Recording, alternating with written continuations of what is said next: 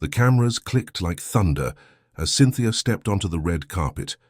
The woman they once mocked for her size, her voice, her roots now stood tall in a custom emerald green gown, her curves hugged by silk, her head held like royalty.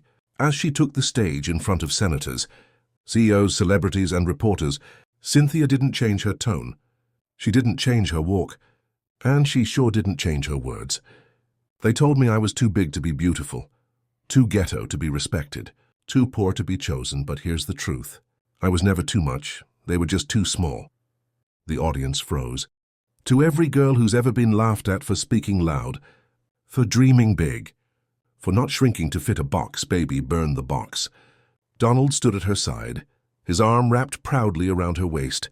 No longer the billionaire black sheep of his family.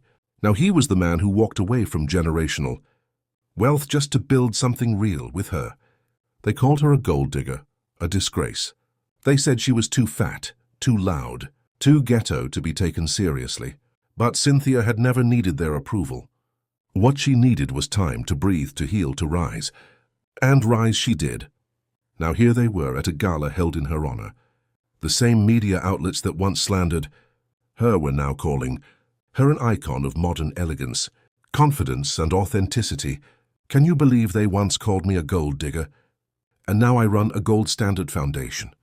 She had written her own ending, and it wasn't quiet, it was loud, proud, and filled with the echo of every woman who had ever been told she wasn't enough.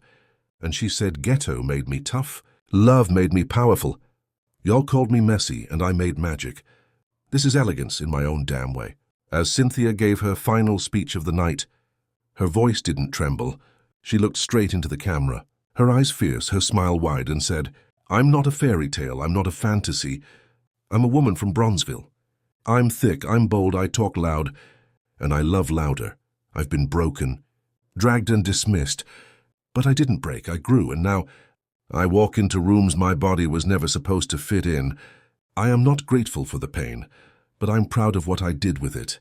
The crowd stood, tears, applause, even from the same socialites who once called her a disgrace to the Carlisle name. Donald's parents sat at the front row. His mother clutched a tissue. His father nodded stiffly.